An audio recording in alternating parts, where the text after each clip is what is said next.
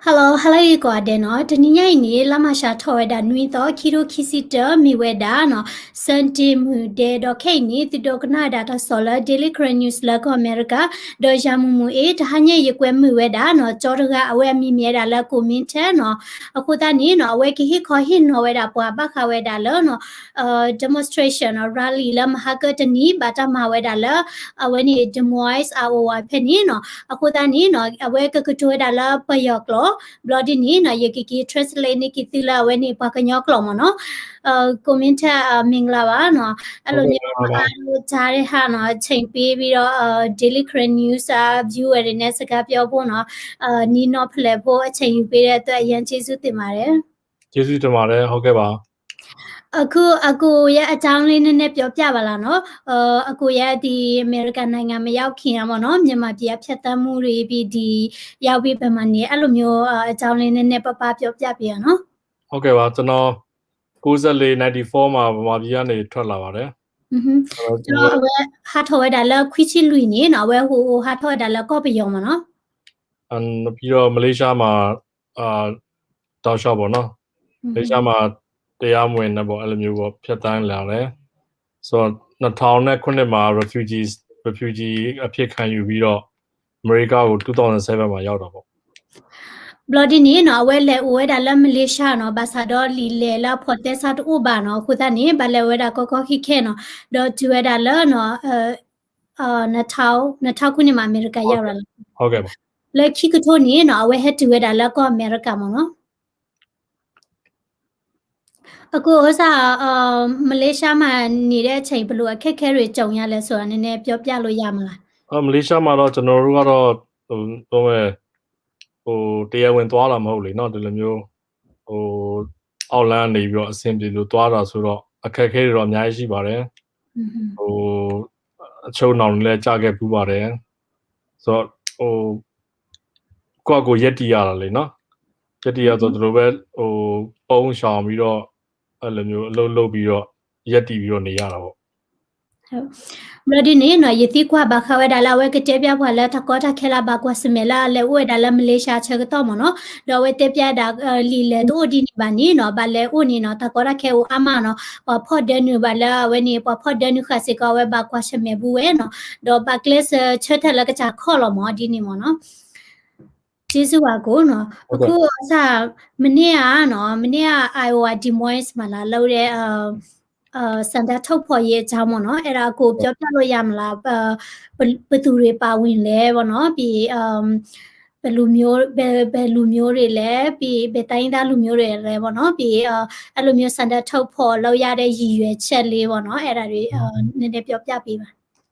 မနေ့ကတော့ကျွန်တော်တို့ဒီမှာရှိတဲ့တိုင်းသားပေါင်းစုံပေါ့နော်ချင်းရှိတယ်ကရားတွေရှမ်းတွေကရင်တွေပါတယ်နောက်ကျွန်တော်တို့မွန်လူမျိုးနည်းနည်းပါတယ်ဘာလူမျိုးပါတယ်ပေါ့နော်တိုင်းသားပေါင်းစုံပေါင်းပြီးတော့ဆန္ဒထုတ်ဖို့ပဲဒုတိယချိန်ပေါ့နော်ဒုတိယချိန်ဆန္ဒထုတ်ဖို့ပဲလုပ်တာပါဟုတ်ကဲ့တော့မဟာကတနီနေနော်လက်ဒီမွိုက်စ်အဝါဖဲနေနော်ဝဲတိမာဝဲဒါနော်စန္ဒထုတ်ဖို့ရေးပေါ့နော်ဘလော်ဒီနေနော်ဝဲတဲပြဝဲဒါနော်ကလီဒူအကလီပါခုမနော်ချင်းဘလော်ဒီနေနော်ကရားတိဘလော်ဒီနေမိုနော်ပယောတိပါစေနော်ဘလော်ဒီနေနော်ပကညောတိပါစေမနော်လမဟာကတနီအဝဲတိမာဒါရလီလာဒီမွိုက်စ်အဝါဖဲနေတော့ကဲဝဲဒါခီဘလော်ဘလော်မနော်တဲဝဲဒါအခုစန္ဒထုတ်ဖို့ရတဲ့ရည်ရွယ်ချက်ပေါ့နော်အဲ့ဒါပြောပြပေးပါဆန္ဒဖြုတ်ဖို့ရည်ရွယ်ချက်တော့ဦးလက်ရှိဗမာပြည်မှာFebruary 1 ရက်နေ့မှာစစ်အာဏာကစစ်အုပ်စုပေါ့နော်စစ်အုပ်စုကတရားဝင်တင်မြှောက်ထားတဲ့အစိုးရကိုသူတို့ကနေပြီးအာဏာသိမ်းလိုက်တယ်ပေါ့နော်အဲ့ဒါကိုမကျေနပ်တာရယ်နောက်တစ်ခုကကျွန်တော်တို့ကတောက်လျှောက်ဒီစစ်အာဏာရှင်စနစ်ကိုတော်လှန်ခဲ့တာလေနော်အဓိကကတော့ပြောမယ်နိုင်လူမျိုးရေးတွေဒီပါတီဆွဲတွေမဟုတ်ဘူးဗျအဓိကကျွန်တော်တို့တွန်းလှန်နေတာကဒီစနစ်တစ်ခုလုံးစနစ်တစ်ခုပေါ့နော်စစ်အာဏာရှင်စနစ်တစ်ခုပပျောက်သွားဖို့အတွက်လူမပြည်မြေပေါ်မှာလုံးဝမရှိဖို့အတွက်ဒီမိုကရေစီဖက်ဒရယ်ဒီမိုကရေစီတရက်စစ်မှန်တော့ပေါ့နော်တိုင်းသားပေါင်းစုံပါဝင်လာနိုင်တဲ့ဖက်ဒရယ်ဒီမိုကရေစီစနစ်တရက်ပေါ်ပေါက်လာဖို့အတွက်ကို ကျွန်တော်တို့ပမာပြည်ကလူတွေနဲ့တစ်ထပ်တည်းဆိုတာကိုဆန္ဒထုတ်ဖော်ခြင်းဖြစ်ပါတယ် ဘလော်ဒီနေနော်ရတိကွာမကောလနော်အဝဲနေဘမ်နုခိုနော်တပညိုလာဝဲတိမဝဲတာတပဖလာထောတိုင်းနေမနော်တပညိုမီနေလမနော်တော့အဝဲတဲပြဝဲတာလောမနော်စာထောဒါလာဖေဗရီထောတတော်နီနော်အဝဲနေသိတာဝဲဟိနေဝဲတာတဆိုတကမောလာအဝဲနေဘတ်ထွဲတာတဲ့ပါတီလာအဝဲနေချိကိုကဖို့ခုထဲထောဝဲတာအိုဘလော်ဒီနေနော်တဲတာအဝဲသိတာဝဲနော်ပွာပကြပါကောပြပိုသေးဖာပါခုဒကလူဒုခဲလနီနော်ဝဲတိဒူဝဲတာနော်ပဒူဝဲတာနော်စီဝဲနီနော်တချိုစာလီမနော်အခုတန်နီတဲတာလက်ထပါဖလာထောတာခဲနီနော်တမီရတာလအဝဲတိမာတာလပါတီကိုမီကြီးဒကလူဒုတဖူးကိုမီပါအဝဲတိမာဝဲနီနော်ကဲဝဲတာပဒူဝဲတာနော်အဝဲနီပွားတဖူးခေါ်ဝဲဤနော်အခုတန်နီရစ်ဒူဝဲတာလနော်ပွားတဖူးနီနော်ကလောမကူဝဲတာလနော်ကောပယောနော်ဟခုဖခုဒါဝဲတချိုစာကိုမနော်အဝဲတိမာဝဲတာတာခုတာဝဲနီနော်ကျေးဇူးတင်ပါတယ်ကိုနောက်မေခွန်းတစ်ခုอ่ะနော်ဒီလိုစန္ဒထောက်ဖို့ချင်းရဲ့ပြီးဒီလိုစစ်အုပ်စုတွေကိုနော်တွန်းလာဖို့อ่ะနော်ဘာဖြစ်လို့တိုင်းရင်းသားတွေအားလုံးပါဝင်ဖို့အရေးကြီးတယ်ပေါ့နော်အဲ့ဒါနည်းနည်းပြောပြပေးပါအရေးကြီးပါတယ်ဒီချိန်မှာကကျွန်တော်တို့အားလုံးကဒီအတူတကွပေါ့နော်ပေါင်းစုံကနေပြီးတော့ဒီစစ်ဆိုးရစီစနစ်တစ်ခုလုံးကိုတိုက်ဖို့ဆိုတာကပြည်မတွေကလည်းတိုက်လို့မရအောင်တိုင်းသားတွေကြီးပဲတက်လည်းတိုက်လို့ကအဆင်မလွယ်တော့ဘူးဒီချိန်မှာအားလုံးကပြောမယ်ဒီစနစ်တစ်ခုပေါ့နော်ဘုံရန်သူပေါ့ဒီကကျွန်တော်တိုက်ရမယ်ဘုံရန်သူဆိုတာရှိတယ်ဒီစနစ်ကိုအတူတကွတွန်းလှန်မှပဲရပါအဲတော့ကျွန်တော်တို့ကအားလုံးကို welcome လုပ်ပြီးတော့ခေါ်တယ်အတူတကွတိုက်မယ်ပြီးလို့ရှိရင်ကျွန်တော်တို့ဒီစားပေါ့ပြည်သူ့ဆိုတက်လာပြီးလို့ရှိရင်ပေါ့အားလုံးကိုလိုချင်တဲ့ပန်းနိုင်ပေါ့ကိုလိုချင်တဲ့ပြဋ္ဌာန်းချက်တွေကိုယ်ပိုင်လွတ်လပ်ခွင့်တွေပြန်ရဖို့အတွက်ကတော့အားလုံးတူတူတိုက်ဖို့လိုတယ်လို့ကျွန်တော်ထင်ပါတယ်ဒါပထမအဆင့်ပေါ့နော်ကိုပြောချင်တာဒုတိယဆင့်တိုင်းရင်းသားတွေကသူတို့လိုချင်တဲ့အခွင့်အရေးကိုပြည်သူရဲ့ဆိုရတဲ့အနေနဲ့သင်ပြတ်တိုက်ရမှာနော်အဲ့လိုမျိုးစားပေါ့နော်ဒီပြန်လောက်ရအောင်တိုက်ရဒီစနစ်တစ်ခုလုံးကိုတိုက်ဖို့လို့အဲ့ချိန်မှာတိုက်ရင်လည်းကျွန်တော်တို့ကဒီပေါ့နော်ဒီဒန်းတူအခွင့်အရေးကိုတခါတည်းကျွန်တော်တို့ညှိသွားဖို့လိုတယ်โอเคတမ်းလားပြောမယ်ဒီစနစ်ကြီးတစ်ခုပပျောက်သွားမှာပဲကျွန်တော်တို့ကကိုလိုချင်တဲ့ခရီးပေါ့နော်ကိုလိုချင်တဲ့ပြဋ္ဌာန်းခွင့်တွေကိုကျွန်တော်ဒန်းတူပြန်ရနိုင်ပါဒီစေအုပ်စုရှိနေသေးရတော့ဘယ်လိုမျိုးအစိုးရပဲတက်လာကျွန်တော်တို့ဘာမှလုပ်လို့မရပါဘူး။ဘာလို့ဆိုတော့သူတို့လက်ထက်မှာပဲရှိတယ်သူတို့လက်ထက်မှာပဲအုပ်ချုပ်မှုသူဆိုတာရှိနေတာလေဟုတ်ဘလော်ဒီနေနော်ယစီကွာမနော်ဘာမနုခွာရီဒိုဝဲဒါလကလဒူခဲလနော်ကဘာဖော်လိုသဆူဒဒီဝဲဒါနော်စီမဆူရဝဲလဲနော်ဒေါ်ဝဲတဲတာမနော်အဝဲနေစီဝဲနေနော်အဝဲနေစီအောက်စုဝနော်စီဝဲနေဝဲကဲဝဲဒါပတဲချက်လဲပဒီဒါခုစီမနော်ဒေါ်တဲဝဲဒါမနော်အရီဒိုဝဲဒါလပကဘာဒီလိုစကောတာဘာမနုခွလေတဲတာဘလာဝဲဒါလကောမဖွာဘူးနော်ပြီးမလာကဲဒါပတဲချက်လဲပယောကလဒူတဲ့တဖူးဒါဝဲဒီဝဲနေကဲတမီလကနေပါဒေါ်ကလဒူလောချောတဲ့ဝဲတဖူးစစ်စမီဒူဒီအကလောကလာနီနော်တမီလကနေပါဟိုတာနီမနော်ပဒူရဒါဒီဒါခုစီဝဲနီနော်ပကဘာဒီဝဲဒါနော်ကိုကတဲ့ဖော်လို့စီရနီကနေတော့ဖဲလာပဒူရဆကတော်နီနော်ပကဲလိုဝဲတာပကချာဒါဝဲနော်အတခွဲတရသေးမနော်ဒီဆိုလကလီဒူလိုပါဝဲတာနော်Federal Democracy တင်နီနော်လက်နတူဝဲတာချိုးတော်တော့ငရဲလိုခူဝဲတာသိစစ်ကောနော်တဲ့တာပမနုခိုလဲနော်ပမစ်တူဝဲတာတပူခေါ်နီနော်ပွားတူဝဲနီနော်အဝဲနေပဒုမီထောဝဲတာကဖူးလက်ဖက်လက်မနော်စီဝဲမီအိုဒီနီနော်ပခိနေဝဲတာပတခွက်တရတော့ပကကြတာပေါ်တာပရာလောတာနီမနော်တမီလာကကဲထော်လို့ထော်ပါမနော်အခုတနီနော်ဝဲတဲတာလက်ပကဘတ်ဒီဝဲတာတပူခေါ်မနော်ကျေးဇူးတင်ပါတယ်အခုကျွန်မမေးချင်တဲ့မိကုန်းနောက်တစ်ခုอ่ะနော်အခုကြည့်လိုက်လို့ရှိရင်နော်ဟိုမြန်မာပြည်တွင်းမှာနော်မြို့ကြီးတွေမှာလည်းပဲနေရာမဆိုမှာနော်အဲ့လိုမျိုးဆန္ဒပြတွေကိုနော်လက်နဲ့အင်အားသုံးတော့ဖြိုခွင်းတာလဲတွေးရတယ်လို့နော်အဲ့လိုမျိုးဟိုတော့ကြုံတောင်ကြားမှာရှိနေသေးတယ်နော်တိုင်းရင်းသားတွေကိုလည်းနော်သူတို့တော့တိုက်တာလဲနော်မရက်သေးဘူးနော်သူတို့ရဲ့အဲ့ဓာတွေကိုဘယ်လိုမြင်လဲဆိုတာနည်းနည်းပြောပြပေးရနော် ဟိုတိုင်းသားတွေခံစားချက်တွေကိုကျွန်တော်တို့နားလည်တယ်နားလည်ရဆိုတာအခုလက်ရှိပေါ့နော်အခုဒီ social media တွေသတင်းမီဒီယာတွေအရင်အားကောင်းနေတဲ့ခေတ်ကြီးမှာတော့မှပေါ့နော်ဒီပြည်တွင်းထဲမှာတော့မှဒီလိုရက်ဆက်ဒီလမ်းမတွေပေါ်မှာတမလားဟိုတနတ်အစစ်တွေနဲ့ဒီလိုရက်ဆက်ပြစ်နေခတ်နေတယ်ဆိုတာတစ်ကမ္ဘာလုံးသိတယ်လေနော်အဲ့လိုမျိုးပဲကျွန်တော်တို့မီဒီယာတွေမရှိတဲ့နယ်တွေတမလားတိုင်းသားတွေကြေးရွာတွေတိုင်းသားတွေနယ်ဘက်တွေမှာဟိုသူတို့ရဲ့လောက်ရက်တွေကဘယ်လောက်ထိရှိနေမလဲဆိုတော့ကျွန်တော်မှန်းဆလို့ရတာကျွန်တော်ကိုချင်းစာပေးလို့ရတာပေါ့နော်ကျွန်တော်တို့ဟိုအရင်တုန်းကတော့ကြားဘူးတယ်ပေါ့နော်အခုလက်ရှိအနေထားမှာဆိုရင်ကျွန်တော်တို့ပူတော့လက်ခံလို့ရပါတယ်ဒီလိုမျိုးလောက်ရက်တွေရှိခဲ့တယ်ဆိုတော့ကျွန်တော်တို့မျက်ဝါးထင်ပြန်တွေ့လို့ရတာပေါ့နော်တော့when you think what whether or no baka whether learn no พยอเสอตามามานาเวดากลิดูเสพามาเนาะลาโอเวดาแล้วไปเจจาแล้วคุตาลอเสพาอีเนาะเอาไว้ที่เวดาดิแลเนาะดอกเอาไว้เจ็บยาเวดาเนาะบักคาเวดาแล้วเนาะตามามานาเวดากลิดูเสพานี่เนาะเคเนี่ยเวติดูสุดูซาเวดาบ้าเนาะบามนิโคเลเจดาแล้ว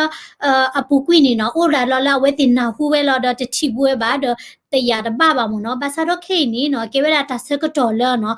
ตักซอเสพานี่เนาะยูเววเนาะทอเวดาแล้วไปเจจาแล้วโอเวดาได้internet the technology ละตามีเกตอตมีมีนี่เนาะปฏิบัติเอาไว้เตดาเนาะแล้วเวปูเนาะแล้วตาปลอดีนี่ดาแล้วเวติซูเวดากลูดอมาซิมาวอปะตะเบเบญาเนาะแล้วตาชุเมเกแม่ปูมีปูนี่เนาะแล้วคุตาลอแล้วเวนี่ไปเจจาแล้วพอจะเที่ยลอดแล้วตักสอติพาดิโตอินเทอร์เน็ตเซตตัวเยมตาติจาลอดีนี่ตินี่เนาะเอาไว้ติกมามันนาเวดากลิดูเจพาเชียเลนี่มั้งเนาะเคเนี่ยเวติกิดูตุดูตาเกบ้านมั้งเนาะအခုတနေ့เนาะมีเวดาตาชอตလဲဖတ်တို့ခါလဲဆူစကတော့ခေมั้งเนาะကျေးဇူးတင်ပါတယ်အကိုเนาะပြီးနောက်တစ်ခုอ่ะဗောเนาะကျမတို့ကတိုင်းရင်းသားချင်းတူပေါ့เนาะတမီထဲမှာနေတယ်ဆိုပေမဲ့เนาะယင်းနှိခွင့်เนาะအဲ့လိုမျိုးယင်းနှိခွင့်တီးကြတဲ့အခွင့်တွေမရခဲ့ကြဘူးလေเนาะဥပမာအဲ့ဒီပြည်တွင်းရေးစစ်ကြောင်းเนาะတချို့တိုင်းရင်းသားတွေဆိုရင်เนาะသူတို့ရဲ့ဘယ်လိုပြောမလဲတောထဲမှာပဲเนาะအချိန်တွေကုန်ခဲ့ရတယ်ပြီးဒုက္ခတဲ့စခန်းတွေရောက်သွားတယ်အဲ့ခါကျတော့เนาะဒီမြန်မာပြည်တဲ့အခြားလူမျိုးတွေနဲ့ဆက်သွယ်မှုကပြတ်သွားကြတော့เนาะခုဒီအမေရိကန်နိုင်ငံတို့เนาะနိုင်ငံကြီးတွေရောက်မှเนาะချင်းလူမျိုးတို့နဲ့တိခွင့်ရတယ်ကချင်လူမျိုးလားဗမာလူမျိုးလားဘယ်လိုပြောမလဲအခြားတိုင်းရင်းသားတွေနဲ့ရင်းနှီးခွင့်ပြန်ရတယ်လေเนาะအဲ့ခါကျတော့အခုအနေနဲ့เนาะဒီလိုအရင်ရင်းနှီးခွင့်မရခဲ့တဲ့တိုင်းရင်းသားတွေเนาะအခုချိန်မှာเนาะဘလို့ယုံကြည်မှုเนาะပြန်တိဆောက်ရမလဲရှစ်ဆက်ပေါ့เนาะဒီဘုံရံသူကိုတိုက်ခိုက်နေပေါ့เนาะအဲ့အကိုနည်းနည်းအကိုရသူရနည်းနည်းပြောပြပြန်เนาะဟုတ်ကဲ့ပါကျွန်တော်တို့ကဟိုဥစားပါပွင့်လင်းဆွေးနွေးပွဲတွေပေါ့เนาะဆွေးနွေးမှုတွေဒီလိုမျိုးရင်းနီးစကားပြောပွဲတွေတက်မလားဟိုပွင့်ချင်းအမြင်ချင်းဖလှယ်တာမျိုးတွေတော့ပွင့်လင်းရှိတဲ့တယ်ရှိဖို့လည်းလိုတယ်တက်မလားဟိုမဲ့ကိုရဲ့ဆန္ဒတွေကိုကိုရင်ထဲမှာပဲမထားဘဲနဲ့ပေါ့နော်ပွင့်လင်းဟိုတိုင်ပင်တင်တယ်တက်မလားပွင့်လင်းစကားပြောပွဲတွေလုပ်ပေးတင်တယ်လို့ကျွန်တော်မြင်တယ်အဲ့ဒါမှပဲကျွန်တော်တယောက်တူရဲ့ခံစားချက်တွေတူရဲ့ရင်ထဲရှိတဲ့ဆန္ဒတွေကိုဟိုအားလုံးကမြင်လာမယ်ပြီးတော့မှအဲ့ဒီချိန်ကျမှပဲကျွန်တော်တို့ကဟိုဘာလုပ်ပေးရမယ်ဆိုတာမျိုးကိုကျွန်တော်တို့ကနောက်တစ်ဆင့်အနေနဲ့အဲ့လိုမျိုးဖြည်းဖြည်းချင်းပုံဆောင်သွားဖို့လိုပါတယ်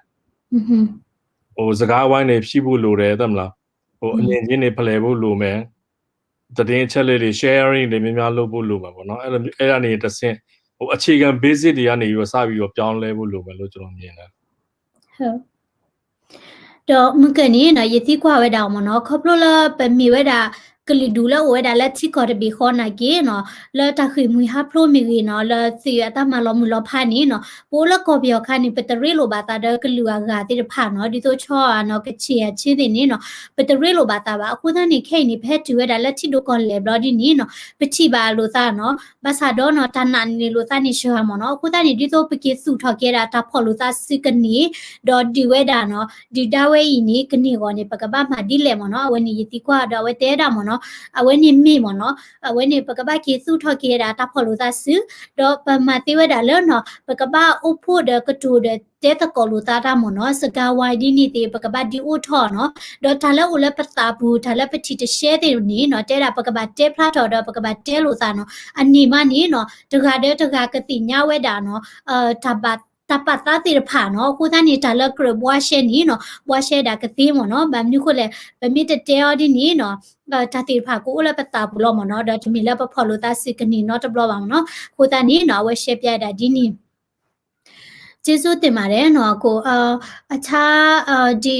အခုမြန်မာပြည်မှာနော်အခုဖြစ်နေတဲ့နော်ဒီဘယ်လိုပြောမလဲအခြေအနေတွေရောနော်အခုအနေနဲ့ဒီအခြေအနေတွေကဘယ်လိုအဆုံးသတ်နိုင်မလဲဆိုတော့အဲ့လိုမျိုးတွေးထားတာတို့ရှိလားအားလုံးကတော့ကျွန်တော်တို့ကတော့ဒီအားလုံးပြည်သူလူထုအားလုံးကပေါ့နော်ဒီမတရားခံနေရတာပေါ့နော်ဓမ္မတရားမတရားအနိုင်ကျင့်ခံနေရတယ်လို့မြင်တယ်ကျွန်တော်တို့ဒီမိုကရေစီကိုပြောမယ်ပြည်သူတွေကလည်းပြန်လူသွားတော့အစော်ကားခံနေရလို့မြင်တယ်ဆိုတော့အခုလက်ရှိကတော့အားလုံးကတော့ယုံကြည်ချက်တစ်ခုတည်းနဲ့ဒီစစ်အာဏာရှင်စနစ်ကိုဒီ2000နဲ့ဒီ21ရာစုမှာပေါ့နော်ဒီကျွန်တော်တို့21ရာစုမှာပြုတ်အောင်တိုက်မယ်လို့တော့အားလုံးဆန္ဒမှာအားလုံးကတော့ပြောမယ်ရွေထားကြတာပေါ့နော်ဒီခေတ်မှာပြုတ်ကိုပြုတ်အပြုတ်တွန်းလှန်နိုင်မယ်လို့အားလုံးကရွေထားကြတယ်ဆုံးဖြတ်ထားကြတယ်ပေါ့နော်ဒီပုံမှာတော့ကျွန်တော်တို့ကတော့ယုံကြည်ချက်ရှိရှိနဲ့သွားဖို့လိုတယ်ညီညွတ်နဲ့သွားဖို့လိုတယ်ဒါမှကျွန်တော်တို့ကအဓိကတော့ကိုဘယ်ရောက်နေလဲဆိုတာကအဓိကမဟုတ်ပါဘူးကျင့်တဲ့တရားကအဓိကပေါ့နော်ကျွန်တော်တို့ဘာလုပ်ပေးနိုင်မလဲဘယ်လိုမျိုးဝိုင်းလုပ်ပေးနိုင်မလဲဟုတ်မလားကိုတက်နိုင်နေပတ်ပြီးတော့ကိုတက်နိုင်တဲ့နေရာနေပြီးတော့နိုင်ငံကြီးတစ်ခုလုံးပြောင်းလဲဖို့ဒီစနစ်ကြီးတစ်ခုလုံးပြောင်းလဲဖို့တကူအမြင့်ပြုတ်သွားဖို့အတွက်ကိုတက်နိုင်တဲ့ဘက်နေတွန်းလှန်ဖို့လိုတယ်လို့ကျွန်တော်ထင်တာပေါ့တော့အဝေးနီးနော်ရစီကွာဝဲတာအောင်မနော်ဒီဆိုဒါလာကေရတာလာကောဘီယောခေနီနော်အဝဲချုံမွေဒါလာမြေအတချိမနော်ဥဒီလေမနော်မြေကတကတိရမနော်ကတဒီလေမနော်ခုသားနေဝဲတက်ပြဝဲတာမနော်တာကေတော့သာဝဲနီနော်ကေဝဲတာတမတော်တပါဝဲတာဘွားကမလဘချိဖို့ကောဖို့နော်တဟိနေစုကေဝဲတာနော်ဒီမိုကရေစီဒါပေါ်တာပရာတာခွဲတာရလာဘွားချိဖို့ကောဖို့စစ်ဘူးနော်အခုသားဒီတဲတာပကပဒီသကောမနော်ပကပဒီသကောတော့အဝဲတဲတာပကပဒီဝဲတာလဲတန်နာလို့မနော်တော့ဝဲနာဝဲတာလဲနော်ခိစီတရဖို့နီဝဲနီနော်ဘွားတဖွေးစီတဖွေးနေပကပဒီဝဲတာဒီလာနော်လို့မနော်ပကပဒီလာနော်အခုသားနေတဲတာလဲနော်နလဲတိလာဖက်လဲနိုလဲတာလောဖက်လေတော့နကဲကလေးမနေလဲနေရစ်ဒိုဝဲတာလဲနော်နမတိမနေလဲတော့လဲနလောနကလဲနတဒနီနော်နတနဒါဝဲနီနော်နကမချေနော်ဒီတော့ကတူချေဝဲတာနော်သူဝဲဤနော်တော့ချိဖို့ကပွားတာဆိုကမောဝဲကကီဦးလာချိဖို့ကပွားစီဖို့ကမနော်အဝဲနီနော်ရှက်ပြဝဲတာနော်ကျေးဇူးတင်ပါတယ်နော်ကိုမင်းထက်အခုအနေနဲ့အခြားဘယ်လိုပြောမလဲခွန်အားပေးစေချင်တဲ့အရာတွေမဟုတ်ရင်ပြောပြချင်တဲ့အရာတွေရှိသေးလားမသိဘူးဒီလှူရှာမှုနဲ့ဖြစ်ဖြစ်အကိုရဲ့ဥစား experience နဲ့ဖြစ်ဖြစ်ရောနော်တခြားတော့ထွေထွေတော့မရှိပါဘူးအဓိကတော့ကျွန်တော်တို့အခုသွားနေတဲ့ပုံစံ3ခုပေါ့နော်မြန်မာပြည်ထဲမှာဆိုလို့ရှိရင်လည်းသူတို့အဓိကတိုက်ပွဲကို3ခုနဲ့ဆင်နွှဲနေတာပေါ့နော်ငင်းညံတာဆွမ်းနာပြတာတစ်ခုရယ်နောက်တစ်ခုကဒီ CDN လှုပ်ရှားမှုပါဆိုရီးယားရန်တရားတစ်ခုလုံးကိုရပ်တန့်သွားအောင်လှုပ်ဆောင်မှုတွေရှိနေတယ်နောက်တစ်ခုကCRPH လို့ခေါ်တဲ့ဒီလွတ်တော်ကိုစားပြုအဖွဲ့ကနေပြီးတော့ဒီတန်တမန်နီးနဲ့ပေါ့နော်တရားနီးနဲ့သွားနေတာမျိုးတော့ရှိတယ်ပေါ့နော်ဒီ3ခုကပြန်စားပေါ့ဟန်ချက်ညီညီနဲ့အတူတူသွားနိုင်လို့ရှိရင်တော့ကျွန်တော်တို့ထင်တယ်ဒီမိုကရေစီလမ်းကြောင်းပေါ်ကိုကျွန်တော်တို့လိုချင်တဲ့လမ်းကြောင်းပေါ်ရောက်နိုင်မယ်လို့ထင်တယ်ပြီးရင်တိုင်းသားပေါင်းစုံကလည်းမိမိကြာရတာဝန်ကနေပြီးတော့ဗောနော်ပြောမယ်နိုင်ငံတစ်ခုကျွန်တော်တို့လိုချင်တဲ့ပိုင်းနိုင်တစ်ခုကိုရောက်သွားဖို့အတွက်ကိုအတူတူကပူးပေါင်းပြီးတော့ဆောင်ရွက်ပေးပါလို့လည်းကျွန်တော်ဒီကနေမေတ္တာရက်ခံချင်ပါတယ်ကျွန်တော်တို့နိုင်ငံကလွတ်လပ်သင့်ပြီဗျာတတ်မလားနှစ်ပေါင်းများစွာဒီစစ်ကြုံရဲ့ဘဝမှာစစ်တပ်ရဲ့ စစ်တပ်ရဲ့အာဏာသိမ်းမှုအောက်မှာစစ်ကြုံဘဝမှာပဲရက်တည်နေရတာတော်တော်ကြာပါပြီနှစ်ပေါင်းများစွာဖြစ်နေကျွန်တော်တို့လူမျိုးတွေတိုင်းသားပေါင်းစုံလည်းဒီတိုင်းပဲเนาะဒုက္ခဆင်းရဲချင်းနေမှာပဲခံစားနေရနှစ်ပေါင်းကြာလာပြီလေเนาะကျွန်တော်တို့ကိုနိုင်ငံကိုပြည်နယ်မှာတော့မယ်ကိုပိုင်ပြဋ္ဌာန်းခွင့်တွေကိုပိုင်လွတ်လပ်မှုတွေနဲ့လွတ်လပ်နေချင်ပြီဗျာတော်မလားအဲ့ဒီအတွက်ကျွန်တော်တို့အားလုံးပေါင်းပြီးတော့တိုက်ရမယ်လို့လည်းကျွန်တော်ခံယူပါတယ်အဲ့အတွက်လည်းအားလုံးကြိုဆိုပြီးတော့ပူးပေါင်းပြီးတော့ဒီတိုက်ပွဲကိုပြီးရထိကျွန်တော်တို့အတူတူဆင်နွှဲခြင်းတယ်လို့ကျွန်တော်ဒီကနေဖိတ်ခေါ်ချင်ပါတယ်ဟုတ်အခုနကပြောတဲ့နီလာ3ခုကပထမCDM ဟိုဒါညညာဆန္ဒပြဖို့မိဆန္ဒကိုမိဖော်ထုတ်မယ်လမ်းမှာတော့ကြေးကြော်တယ်အော်မယ်နောက်ဒုတိယတစ်ခုက CDN လို့ရှာမှု CDN ဆိုတာရန်တရားပေါ့အစိုးရနဲ့ပတ်သက်တဲ့ရန်တရားတွေကျွန်တော်ဝန်ထမ်းတွေအလုံးမလို့ပဲအစိုးရကို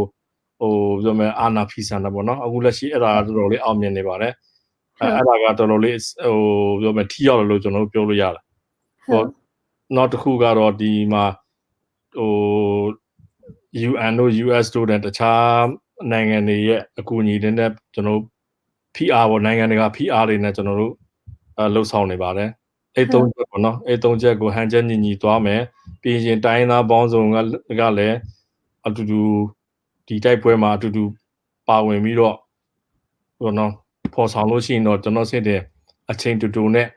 မြန်ဆုံးအောင်မြင်နိုင်မယ်လို့ကျွန်တော်ယုံကြည်ပါတယ်ဟုတ်တော့အဝနီနော်အဝတဲပြဝဲတာမနော်ခိခိနီနော်ကောပြချဖို့ကပူလာချီလောကပူမီလာကောကလမီမနော်လက်ထလောကပူနီနော်အဝတိဒီဝဲတာနော်ပယောအဝနီစီဝဲလက်ကလသဘောနော်တဲဘောနီနော်ကေဝဲတာထပ်ဖလာထရတာဘတ်သာနော်ဒီတော့ဘာမာဒါ protest တွေ rally တွေ demonstration တွေနော်အဝနီပဖလာထတာဘတ်သာကောပတူထောလာတသလောဝဲတာပယောစီအတပတာပရာဘာနော်အဝနီကေဝဲတာကလတဘောနော်တော့ကေဝဲတာကလတဘောနီနော်အကဲထော်လို့တော့စီကောလောဘာဘနုကိုလည်းကဲတာနော်ချီဟူကောကတာချီတို့ကလည်းချီဝဲတာမနော်လောအဝဲနေစီတဖွေတော့ပါတတလောပါချီဘောကဘုတတလောပါတော့ချီဘိုးဘိုးနီနော်ကဲဝဲတာတမပတိဝဲတာစီဝဲရတာလက်တရီသားမနော်တော့မဝဲတာခေါပလိုလာအကောဝဲတာလက် CDM မနော် Civil Disobedience Movement လာကဲတာချီလောကောဘူးဖိုတိဖာနော်ပတိဝဲတာတဖိတာမှာတလက်ထောဝဲတာတဖိတာမှာပါတော့တဝဲနီနော်တဲဝဲတာအမီစီကောကလဲတဘိုလာကဲထောလို့ထောခိခိနီနော်ဘာမြုကိုလဲနော်စီဝဲရတာလက်တရီသားနီနော်တလက်တာပါဘာဒါလည်းပါနော်တော့သဘိုတဘိုနီနော်ကဲဝဲတာနော်တမတကောတာတဲ့ချူကောကချီတို့ကောလဲနော် UM ကြီးတော့community community no la awani diplomatic clear mo no la awani takubaku se clear the takatu takola sono ko clear no la ka chatani we da si padu we I no do clear we si ko no I guess ko clear de bola I get tho lo tho lo no ba mnu ko le no la ta ma khi tho da we ti exclusive ti no do ta phi ta ma tiปิเจจะละ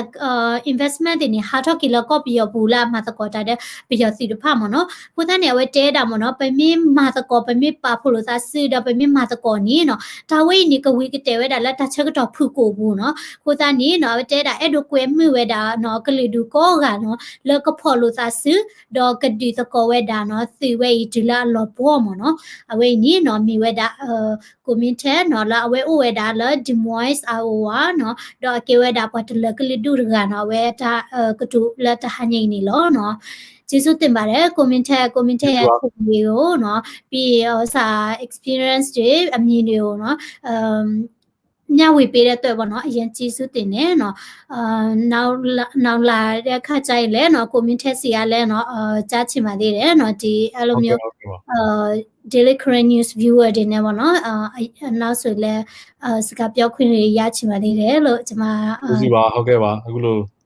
ဥစားစကားပြောခွင့်ရတော့လည်းကျေးဇူးများတင်ပါတယ်တော့ဝဲ simplicity ဖို့လဲနော်ဝဲကတူတကောဘာတာတဲ့နော်ဝဲနေပဝဲပကညောဒုကနာတာပူစီဖာနော်ခုတနေဆမူလာလဲနော်တေကဒိုနေပါတာတာရီတာဘာမီရီတာချီမီရီလာလောချောလာဝဲဥတမီမီမနော်တော့တဘလီဒိုမာလဲတီဒိုနာတာဆောဝဲဤတော့တပတ်တာပင်းနော် subscribe လဲဝဲနေ channel ဖော်လာတကြီးနော်ဟိစကောတမ်ဆာတော့ကွဲလာတာတီတာချီတေဖာလဲ comment တကြီးနော်ဟာလာရီကောအဒဲလော